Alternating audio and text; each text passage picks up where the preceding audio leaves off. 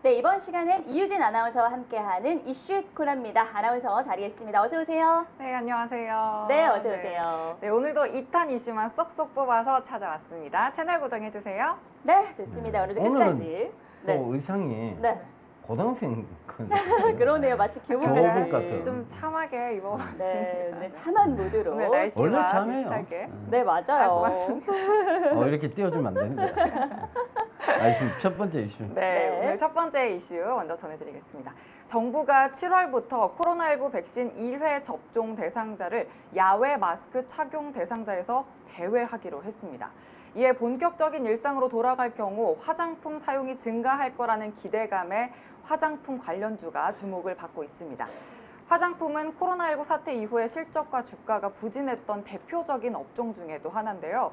올해 들어서 백신 접종 속도가 빨라지면서 실적 회복 기대감까지 또 빠르게 커지고 있습니다. 엊그제 제가 뉴스에서 류현진 선수 하이라이트 영상을 보다가 좀 새삼 놀란 장면이 있었는데 제가 그 장면을 준비를 했거든요. 여기 오. 화면을 좀 보시면 대표님 제가 네. 뭘 보고 놀랐을까요? 맞추시면 500원 드릴게요. 네, 거기 밑에 나와 있어요. 노 마스크. 맞아요. 아, 너무 힌트가 나와버렸네요. 네. 제 뒤에 관중석에 있는 사람들이 네. 노마스크인 모습을 보고 제가 노마스크가 실시된 건 알았지만 좀 새삼 또 진짜 이게 실행되고 있는 걸 보면서 진짜 시행되고 있구나 하면서 새삼 놀랐습니다.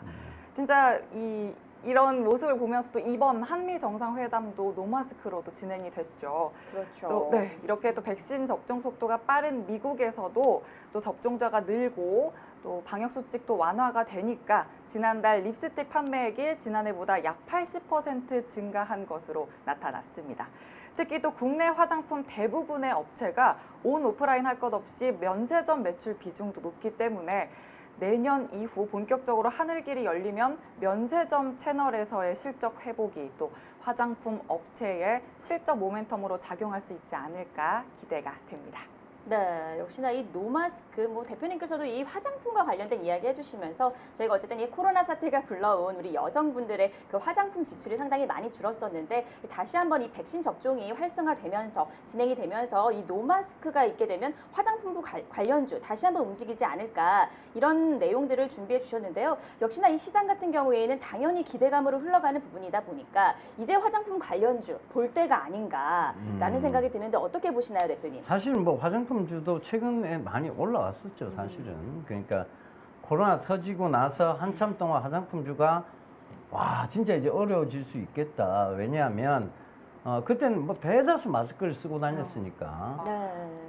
누가 화장하겠어요, 그죠? 얼굴 못 알아보는데. 여기까지만. 눈 화장만. 눈 화장만 살짝 하고 그죠? 네. 누구 얼굴을 못 알아보니까 그러니까 이제 이렇게 그런 좀 그게 있었지만 네. 결과적으로 보면 이제 마스크를 벗는다는 게 아니라 우리가 벌써 깝깝해지니까 우리가 깝깝하잖아요. 이미 너무 오래 이제 지쳐요. 맞아요. 코자 얘기만 나와도 지쳐요.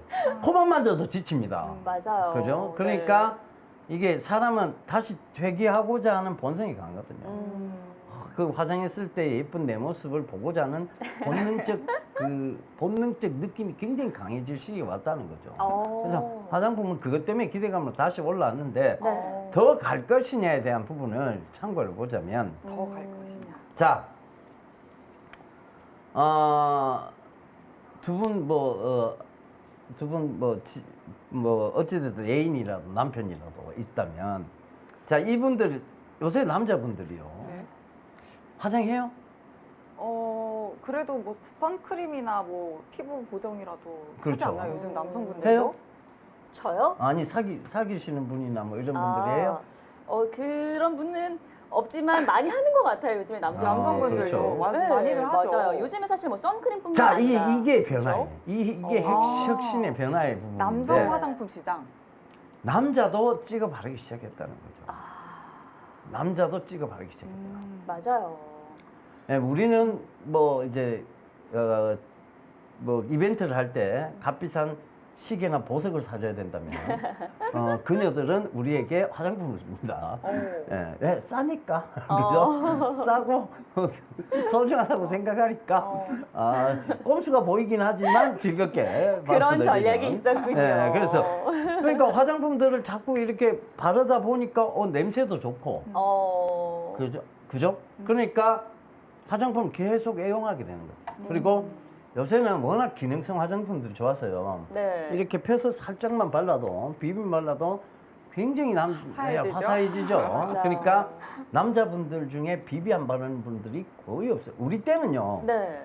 진짜 로션도 안 발랐어요. 아. 스킨만 틱틱 찍어 바르고 외출했거든요. 와. 요새는 기초부터 색조까지. 맞아요. 예. 남자분들도 그렇게 하는. 그러니까 남자 화장품에 남자 시대가 열린 거예요. 그러니까요. 실제로 뭐 화장품 브랜드에 모델을 여성 맞아요. 연예인이 아니라 어. 이제 남자 연예인들이 모델을 하기도 하잖아요. 그러니까 그 남자의 시장이 열렸다는 거 하나와 그 다음에 야 진짜 몇 년 전까지만 몇 년 전까지만 해도 중국에 가면 화장 안 한 사람이 70%라면 화장한 사람이 30%였어요. 대도시 가야 화장한 사람이 네. 한 50%에서 60% 오. 이거였거든요. 지금은 중국 가시잖아요. 네. 촌동네 가셔도 화장을 화장하죠. 거의 다 했습니다.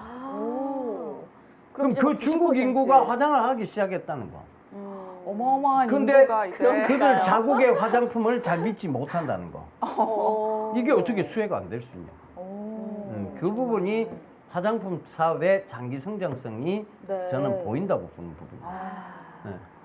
그럼 주목해 볼 만한 또 종목 뭐가 있을까요? 저는 원료 회사들을 많이 보고 있는데, 네. 원료 쪽으로 예.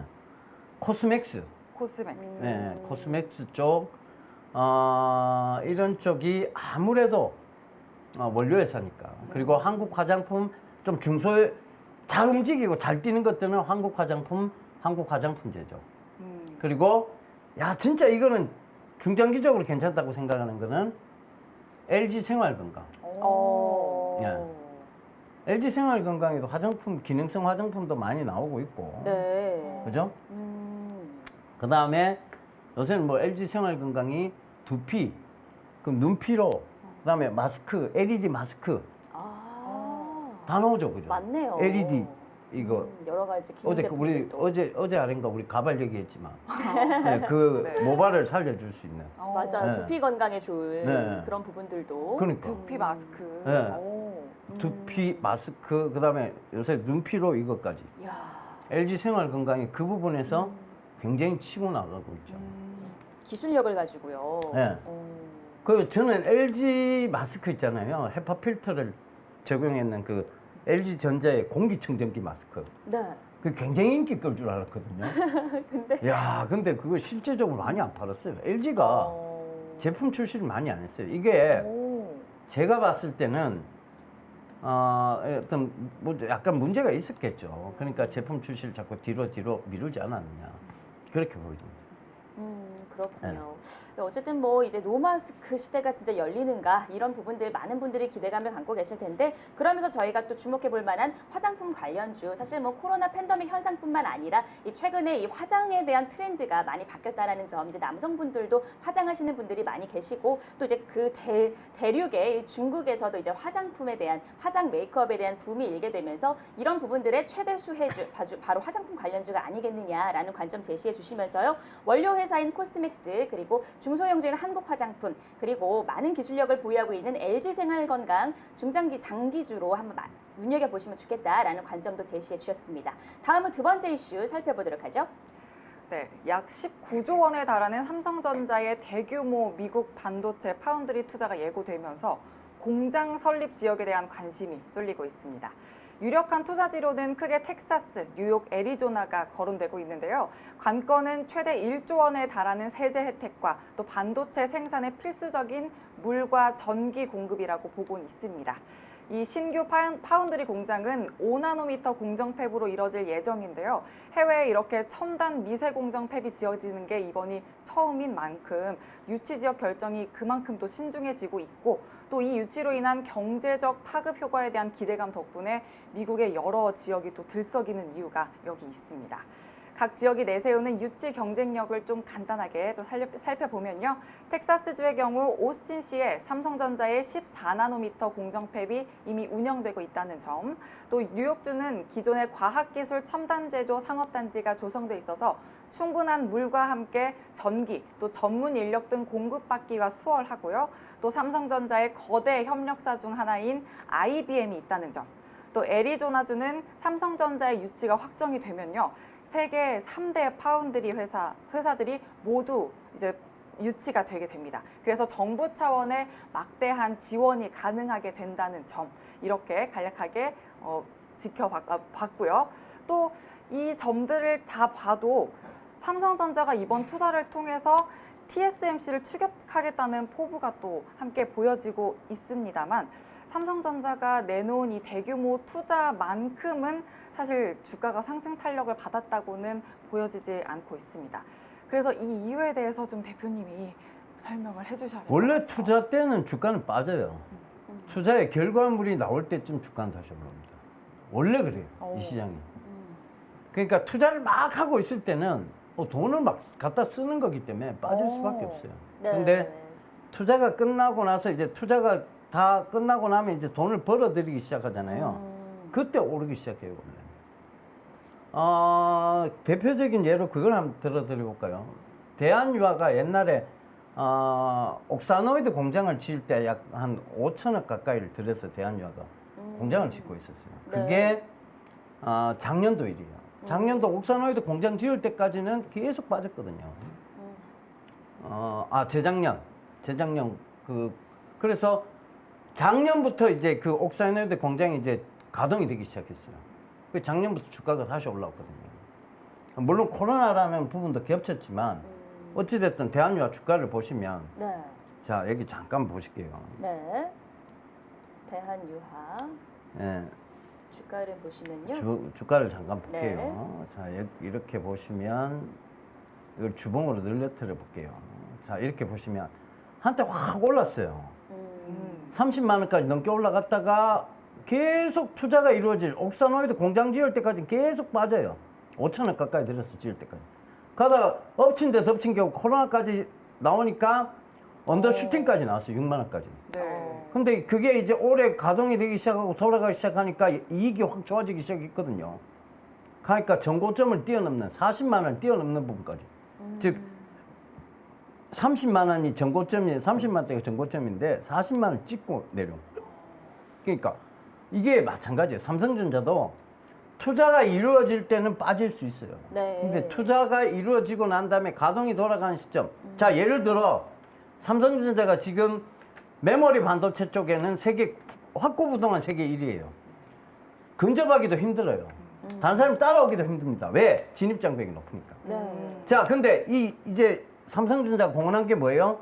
비메모리 반도체에도 1위 하겠다 이거잖아요. 네. 맞아요. 그러니까 이게 투자가 되어져서 비메모리 반도체에서 진짜 삼성전자가 1위 못할 이유가 없죠. 왜냐하면 기술력도 그만큼 가지고 있죠. 그다음에 TSMC 정도는 우습게 따라잡을 수 있다고 저는 보고 있습니다. 네. 그래서 그렇게 되면 삼성전자가 비메모리 반도체까지 1위를 간다면 어떻게 되겠냐고요. 당연히 주가는 9만 전자를 넘어서 10만 전자를 넘어갈 거란 얘기죠. 맞아요. 근데 지금은 투자 시기니까 빠질 수밖에 없다. 투자 시기이기 때문에. 그렇죠. 그렇게 봐야 돼요. 네. 투자라는 것 자체가 네. 성공할지 안 할지의 불확실성을 어느 정도 가지고 있잖아요. 불확실성. 그러니까 증시가 싫어하는 게 불확실성이라니까요. 네. 맞아요. 그 부분 때문이에요. 근데 이제 그게 지나가고 나면 올라오겠죠. 자, 그 다음 두 번째. 네. 이게 지금 싫은 이유가 왜 미국이에요? 그죠? 그렇죠. 이게 항상 아쉬운 부분이죠. 한국에 지금 뭐 수원이 안 되면 더 위쪽, 그죠? 아니면 더 아래쪽이라도 땅 아직 많아요 여기에. 여기에 투자가 돼야 되죠. 그래야 결국은 여기서 고용을 하고 여기서 세금을 내는 우리 순수 진짜 우리나라 기업이 되는 건데 필라델피아다 뭐 이렇게 얘기 나오니까 조금 씁쓸해요. 그러니까요. 네. 항상 씁쓸한 계속- 부분이에요. 네, 이런 부분들이. 맞습니다. 어떻게 보면 기업이 뭐 세계로 나간다는 건 좋지만 어떻게 보면 국내에서 그런 이유진 기반이 아나운서님 돼야 좀 되는데. 꼬셔갖고 데리고 오세요. 어떻게 꼬셔올까요? 예. 미인계로. 아, 이게 참. 본인이 안 될 걸 알고 있는 네. 모양인데요. 그 앵커님이랑 같이 한번 해봐야 될 것 같아요. 네. 힘을 모아서. 알겠습니다. 힘을 모아서. 차라리 제가 미남계로 갈게요. 그게 더 가능할 수도 있겠네요. 맞아요. 그게 훨씬 가능해 보입니다. 이 사람들이 지금. 네. 알겠습니다. 네. 자, 다음 이슈 가시죠. 네. 네.